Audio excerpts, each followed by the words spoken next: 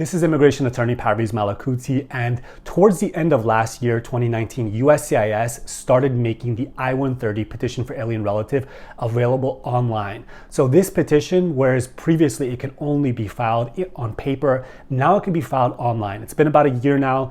We've had an opportunity to kind of take a look at the system, see what the kinks are in the system and so forth, and what issues arise. One question that I see pop up all the time is from people who are filing an I-130 themselves, meaning not being represented by an attorney.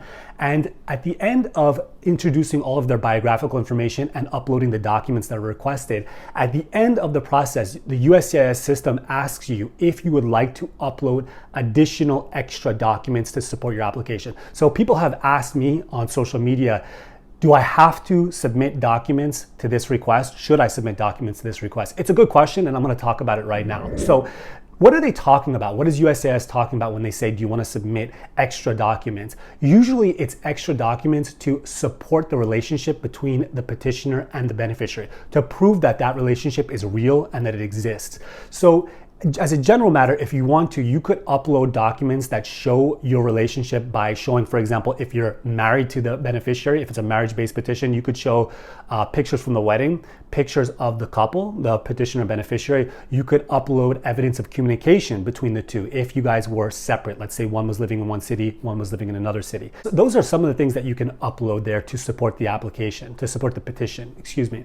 Now, as a general matter, in all of the I-130s that I've submitted this year for my clients, I have not submitted any additional documentation. I've only submitted the documentation that has been requested. And so far, all of these I-130s have been approved. So as a general rule, my preference is to not include additional documentation submitting to USCIS if it's not asked for. Now, that's a general rule of thumb. That doesn't mean that I would take that track in all cases.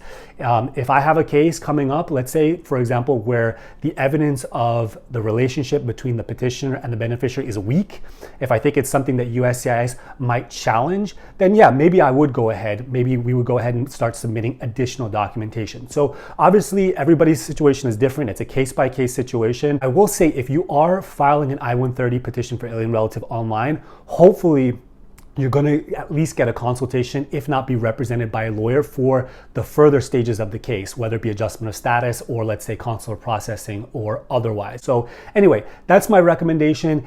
My preference is to not submit extra documentation, but might not be the case in every situation. Hope that helps, and happy holidays.